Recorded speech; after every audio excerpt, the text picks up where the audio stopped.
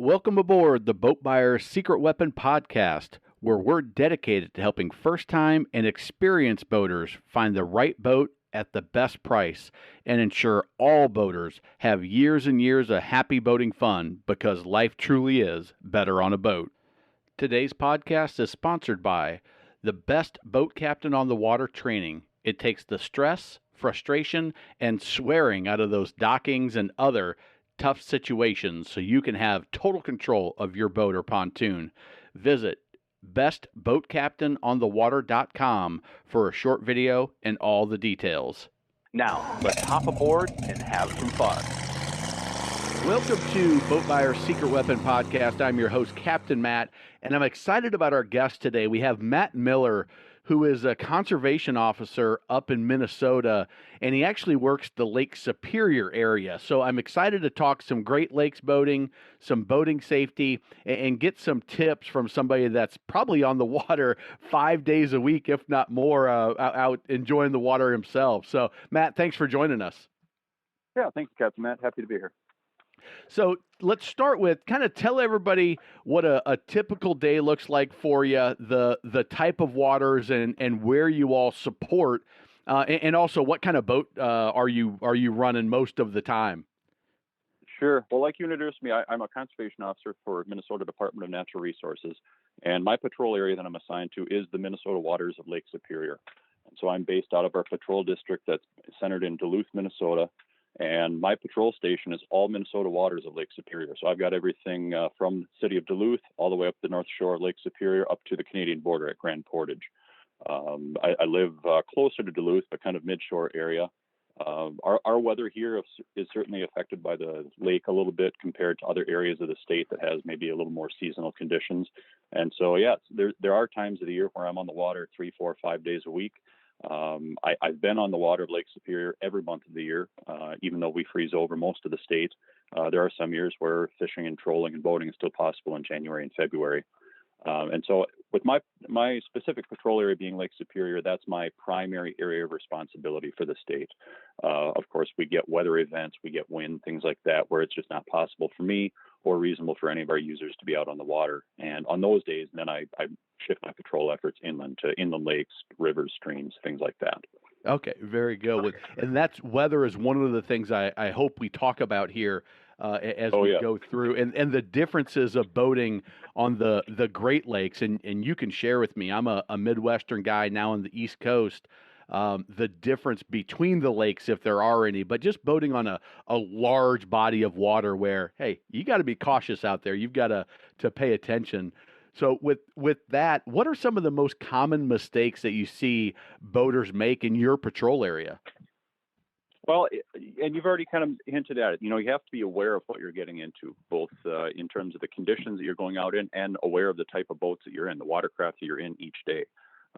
Personally, I've been in a boat as individually since I was about 18 months old. My parents got me into a canoe right away. And, you know, I own several canoes, a couple of open tiller power boats, a kayak, as well as having a small fleet assigned to me for work as well. You know, my issued watercraft is a 23-foot center console safe boat is the brand with twin outboards on it. But even a boat like that, it's very seaworthy. It's very capable of getting out there in most weather conditions that I have any business being in the lake on. But there are days where it's not safe or smart for me to be out there as well. And so that's, you know, probably the first mistake is not being aware of, you know, what are your capabilities? What are your surroundings that you're trying to get into? You know, in terms of what I observe through recreational boaters, there's probably two places where I see common mistakes happen. The first one is, of course, when you arrive at your boat access, your public access, and things that people do on the ramp. They drive in and they're excited to get on the water. And maybe the lack of preparation is the first issue that I see. People pull in, they block a lane of traffic, or they back right down to the ramp, and they haven't taken the time to get their lines ready, put their drain plugs in, shift any gear, coolers, lunch from their vehicle into their boat, things like that. And that really ties up things at the access there. Then people end up hurried, they end up in a rush, they forget things, they forget to say put in a drain plug or something like that. And then they're having to mitigate the problem that they've caused just by that lack of preparation. Something that we see certainly towards the beginning of the season is when people are out of practice. And that can go year to year, or just people that are new to boating or unfamiliar with backing up trailers. I always advocate to people that are searching out a new boat. I want to buy a fishing boat or recreation boat. What do I do? And right away, I'll tell them, grab 2 traffic cones and go to an empty parking lot and just practice backing that up. I believe you spoke with one of my partners this morning. He and I are part of our watercraft instruction team for our in-house academy of new officers. And we actually spend the very first day of watercraft instruction.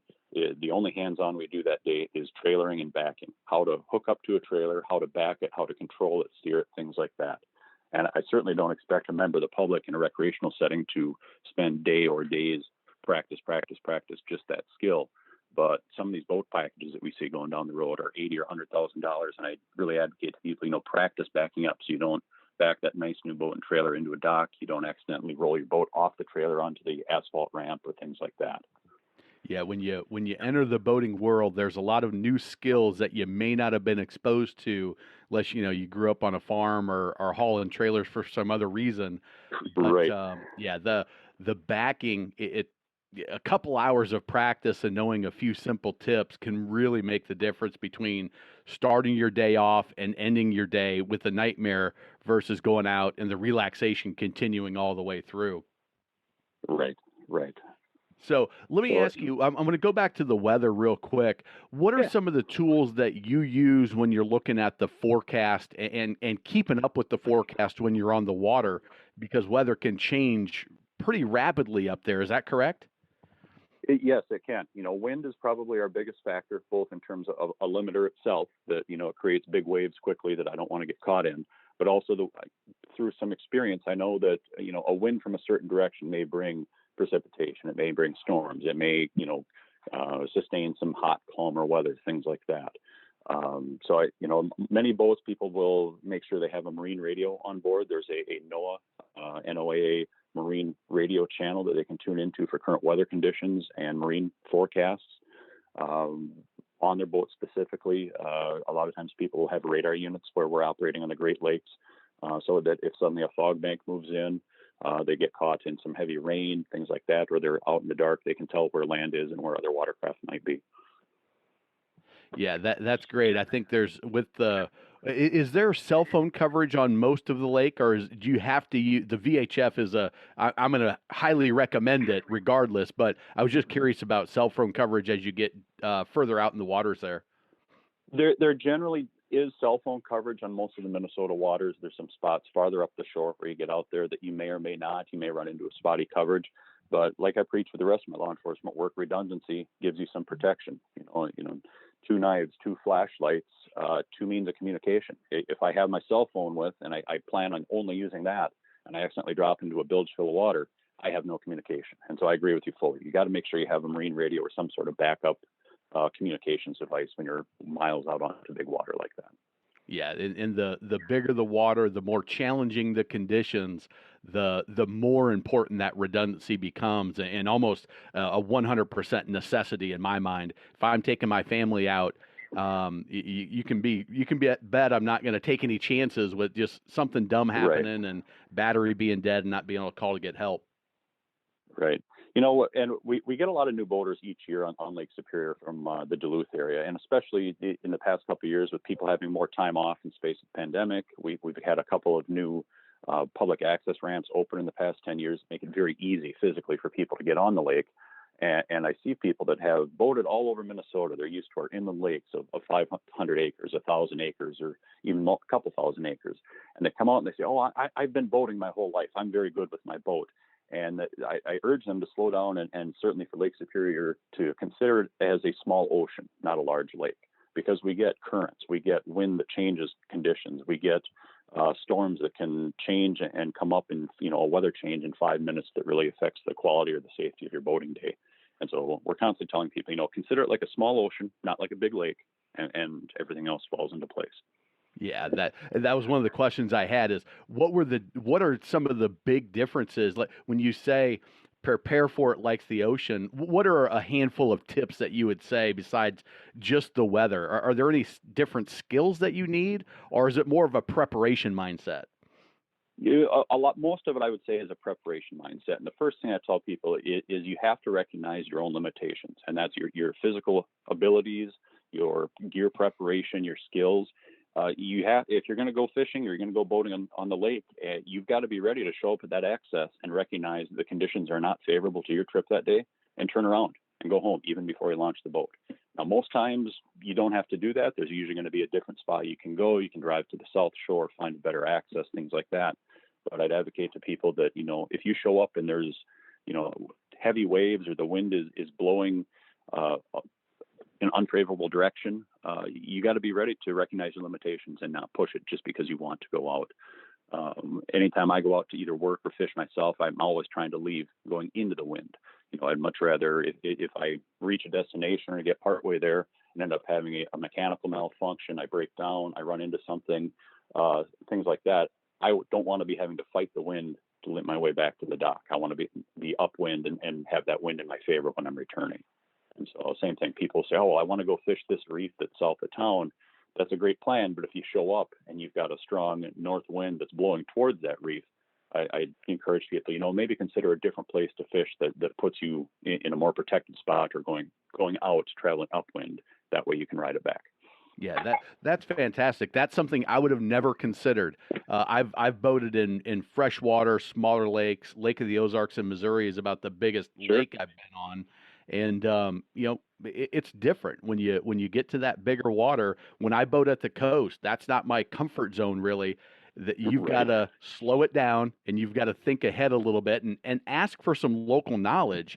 I think is also probably valuable up there. Yes. So I get this question on my channel helping boat buyers is they ask, hey, what's the right size? And I've done on the podcast some folks that are on Lake Superior. What's the right size boat or the smallest size boat? And my recommendation always is, hey, go to a local marina and talk to somebody there or talk to a dealer. Do you have an opinion on that, or do you have any thoughts on the size and the styles of boats that are right for that large body of water up there? That's also a question that I get very frequently. People that aren't boaters or they're not from the area. We get a lot of tourists along the shore, and they show up and say, "Well, geez, how big of a boat do I need? What size of boats do people operate out there?" And my cheeky reply to some of them is, "Well, the Edmund Fitzgerald is 700 feet long, and she's laying on the bottom of the lake. So it's not necessarily the size of the hull." Most of my fishing over the past 10 years has been in a 16-foot Alumacraft boat with a 25 horse tiller motor on it. It's a small fishing boat that I would use, on most of our inland lakes, but I use that with many limitations, like I mentioned before. There were many days when I took that small fishing boat to the access and realized, nope, today's not a day for me and my little boat to go out. I'd say the average size of our sport fishing boats that we see here on the North Shore is probably 18 to 20 feet long. Most of them will be a console or windshield style boat that people are using to troll or go jigging. Once in a while, I'll see people out there in a 14-foot boat. But again, there's even more limitations there.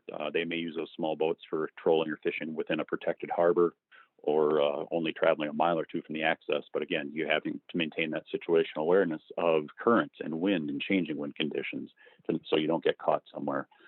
We get a lot of recreational pleasure cruisers as well, cabin cruisers.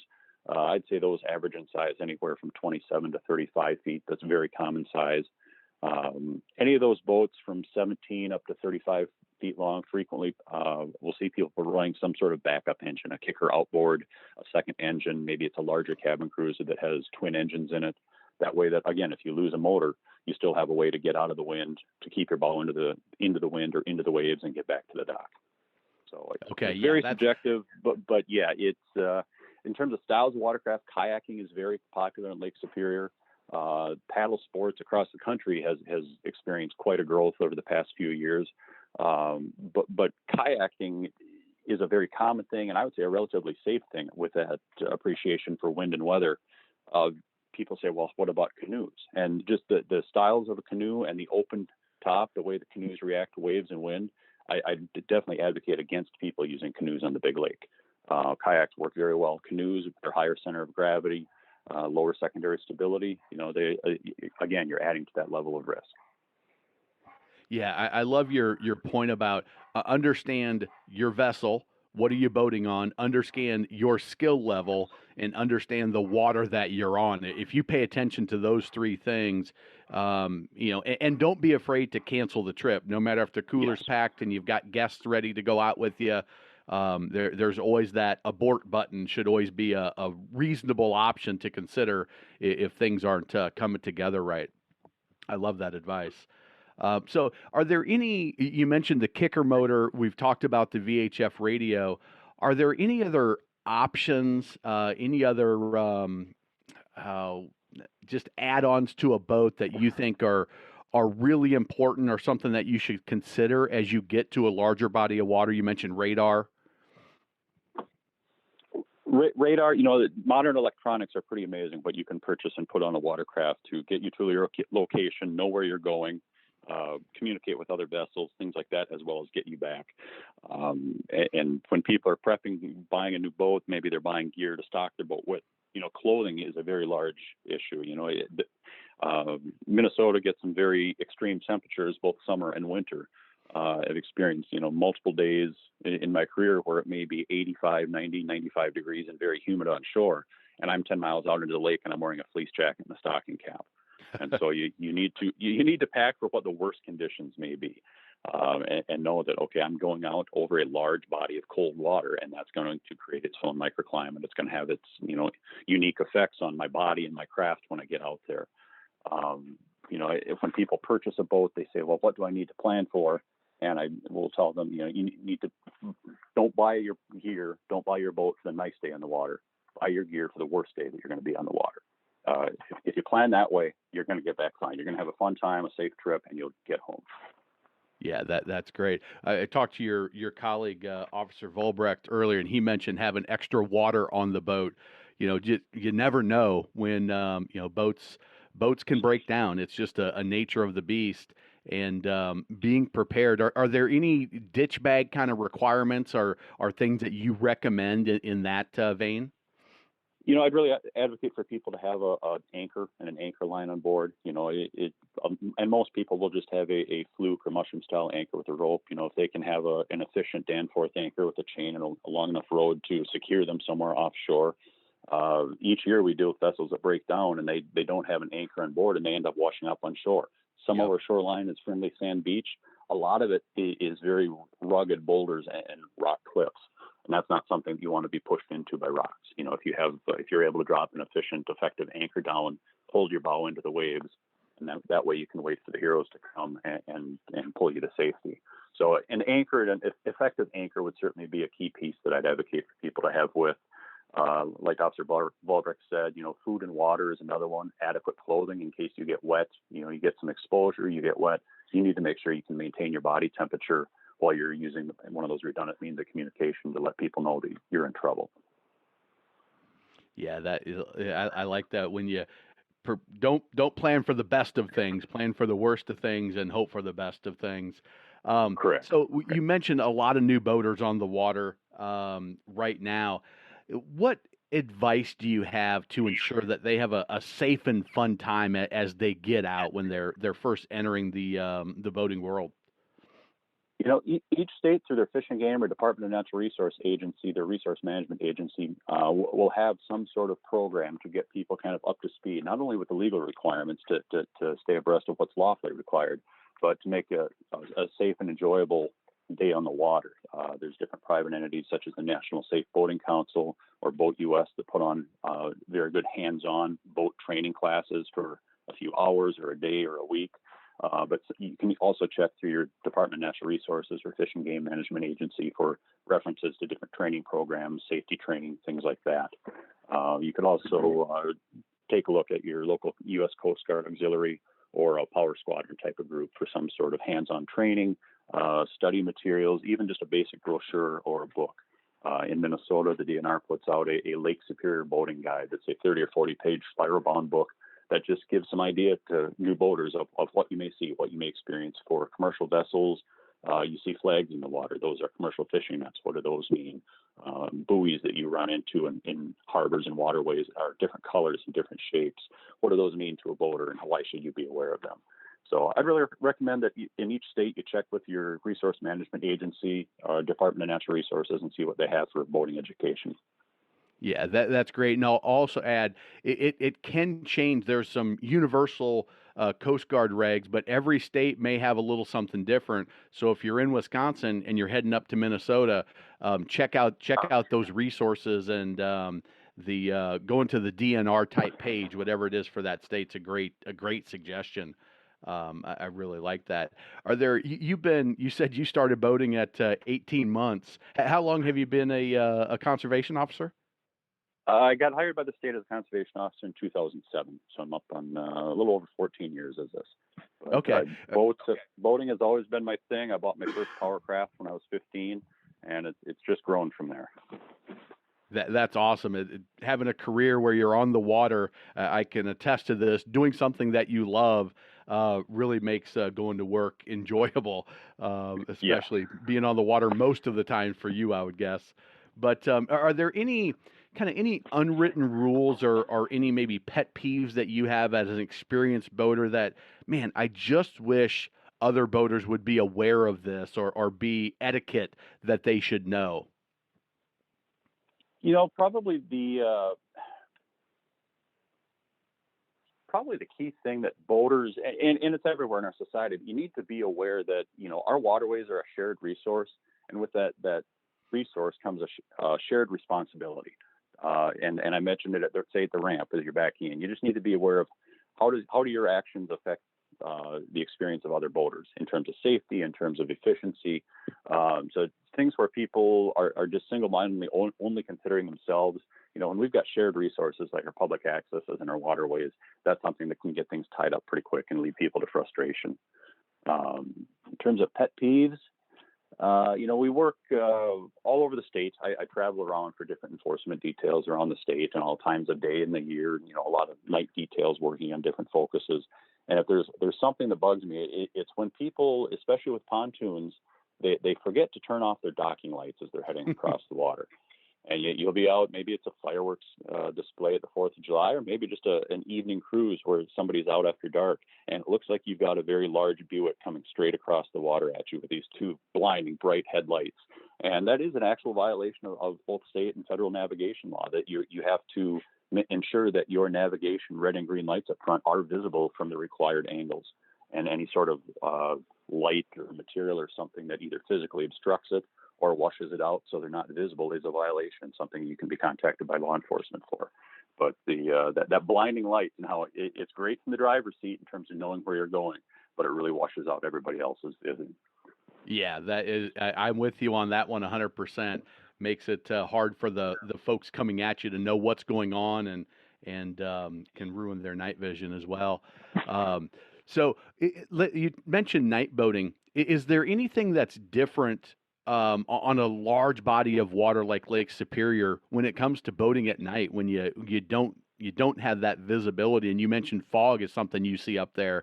Any thoughts on kind of ways to be prepared or how to plan? It goes along with having the requisite food, drink, clothing, the basic equipment and ensuring that it works.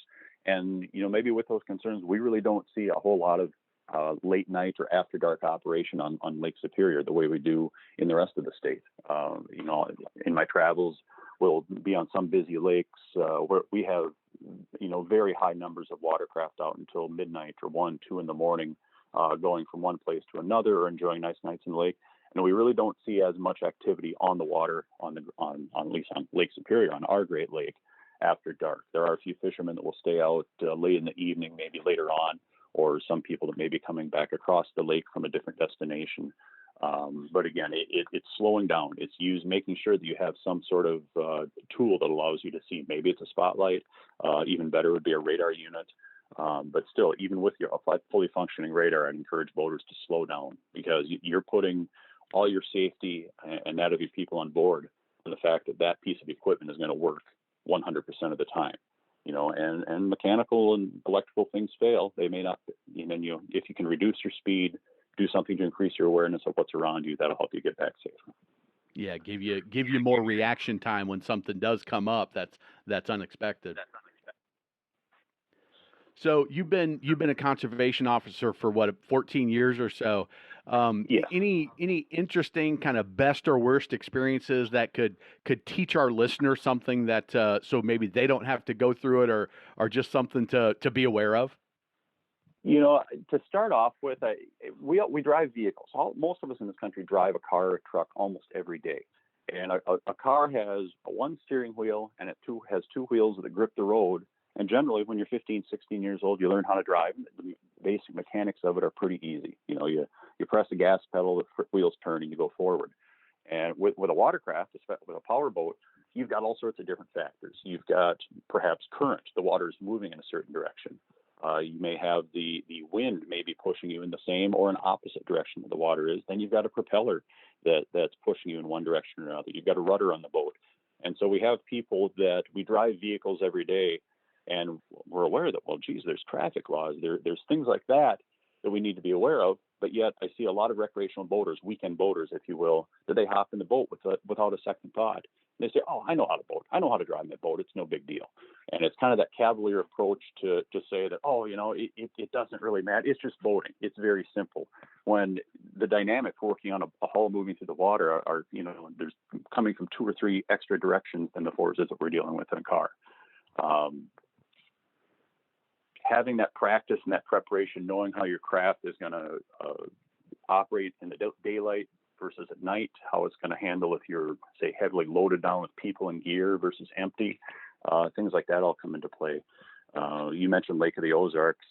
We have a couple lakes in Minnesota that get similar sorts of activity levels especially during the summer months. There's lots and lots of nice shiny boats and lots of swimsuits and cold food and drink and things like that during these weekends. I typically travel to work some different patrol functions on those lakes. One that I dealt with just this summer involved two 20-foot or so ski boats that were going out to enjoy an evening on the water. There was quite a few people. From what we gathered later on, one of the boats was quite overloaded beyond what the safe capacity was for the boat with people. Boat broke down, and they needed a tow from their friend. And the friend came up, and without knowing really any different, they had a really lightweight line with them that they tied off to a cleat on the back corner of their boat, and they threw it to the other boat, who tied it down to a deck cleat there. Oh, they left no. all the people in the broken down boat or behind them, and they just started going across the water, probably a little more throttle than they needed to apply. And shortly after this adventure started, we get a call of a 20-foot boat submerged to the gunnels with people in the water, not wearing life jackets and struggling for a handhold. And exactly as you can picture, they pulled the front of that boat down under the water as they were motoring forward. And it was, again, just not being familiar with the dynamics of the operation of their own craft, and how is that going to change when you add in the towing forces of tying on a water-laden hull that's also filled with people behind you. And so it's practicing, being aware of your craft's limitations and abilities. And again, always, as we're telling people, make sure you wear your life jacket. Don't just have it with, but wear it. Yeah, the being aware, and then just kind of, I like what you said about understanding how your boat operates. In my training, I do to help people get a better control of their boat. Maneuvering around the docks. It's one of the things I talk about is just know what happens with your boat when you put different controls in. And the towing one is one that I should probably do, is how to tow it properly from that bow eye and appropriate speeds for doing such. Right. Yeah, that is interesting. I've been on both ends of a tow, so I Right. had a thought where that story was going to go. Well, Matt, this has been a fantastic conversation. I want to, any other questions that I didn't ask you that I should have? Anything else that you would love for newer or even experienced boaters to be aware of or to think about before they head out in the water for the next time? A couple things. I mentioned how paddle sports have grown, and very easily, I believe statistics show right now that paddlers make up about 1/3 of our boating fatalities in the country each year. And that's something, it's a disturbing trend, because kayaking, stand-up paddle boards, canoeing are all growing interest, and rightfully so. The awesome ways to spend time on the water. But that brings me right back to that point of boaters need to be wearing their life jackets. They need to put on and don that PFD when they go in the water. And I understand there's times where people say, well, it doesn't fit right, it's not comfortable, it's too warm, but it's a simple step to make sure that you have a safe day on the water. Something more recent, even a recent Coast Guard regulation change that has now come about is along with that life jacket, I really advocate for people to wear their kill switch, wear that safety lanyard that connects to a kill switch on the engine control, again, so that when you spill over the boat doesn't either keep going to hurt somebody else or circle around and get you. Most of our boating mishaps that we see that result in injuries or fatalities, they aren't complex. They aren't, large dynamic events. Sometimes it's something as simple as your hat blows off your head and you turn to grab it and you fall into the water. Or maybe you're going for a quick swim to cool off and without realizing you get tangled in the weeds, and suddenly somebody that thinks they're a good swimmer is now fairly helpless in the water. And so wearing that life jacket, wearing that kill switch to the engine, and being aware of your surroundings, not to minimize the risks that are still there. We have quite a culture in Minnesota of boating and being on the water, but remembering that it just takes those few simple steps to make it a whole lot safer and more enjoyable experience. Yeah, having respect for that water of it doesn't take much for things to go sideways, and just being aware of that and having that respect of the environment is a great thought. Well, hey, Matt, I appreciate you joining us. I appreciate you sharing your experience and your knowledge and taking some time out to have this conversation. Yeah, my pleasure, Captain Matt. I appreciate it.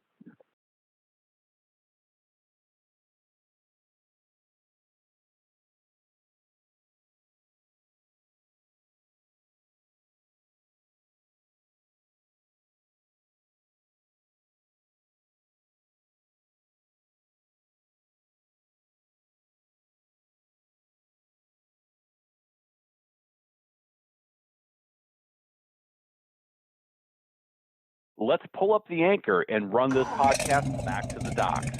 We'll be back again with another helpful and fun episode next time. If you'd like to be a guest on the podcast, visit boatbuyerssecretweapon.com/guest, and I'll help offer insights into your boat research and shopping experience. Also, we'd appreciate it if you took just 2 minutes to rate and review this podcast on Apple, Spotify, or wherever you get your podcast. It helps others find us so we can help more boaters. By the way, if you already own a boat and experience a little stress handling your boat or pontoon in some situations, visit bestboatcaptainonthewater.com for a quick video and all the details. Now, before we go, I want to leave you with a few first-time boating tips for when you own your new boat. Number 1, know your local boating laws, basic navigation rules, and how to operate your boat safely. It'll make boating even more fun for everyone. 2, be aware of your wake at all times and pay attention to no wake zones because you are responsible for your wake. When maneuvering at slow speeds, you can put out an enormous wake. If going slow, be courteous, save some fuel, and drop down to idle speed, just in forward gear to ensure there is no wake. This could save you an expensive ticket and will keep you from being that guy on your waterway. Number 3, boats do not have headlights. They have docking lights, specifically made for seeing in tight quarters and docking. Do not turn your docking lights on while cruising down the water. It can blind other boaters and is very dangerous, and again, could save you an expensive ticket. Number 4, follow the maintenance schedule for your boat. Change the oil, impeller, gear lube, winterize if you need to winterize in your area.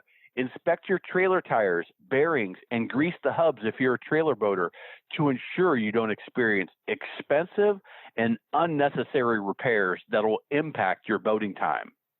Number 5, always double check your plug is in, your battery is charged, and the fuel is full before heading out for a day on the water. It could just save your boating day. And if you're a trailer boater, I've got a few extra tips. Number 1, at the boat ramp, prepare your boat, your gear, and your guests in the staging area. Then, when you're ready, back down the ramp, unload the boat, head to the parking lot, and right back down to your boat to be fast and courteous to your fellow boaters and don't tie up that ramp unnecessarily. Next, use transom tie-down straps when trailing your boat. Very bad things can happen if you don't, and they do happen. 3, Check everything in the boat is secure before heading down the road. Seat cushions, gear, keys, towels, even tubes and lily pads can get blown out when pulling your boat down the highway or interstate. And most important, have fun. Enjoy your boat and get on the water as much as possible, because life truly is better on a boat. Until next time, this is your friend in boating, Captain Matt.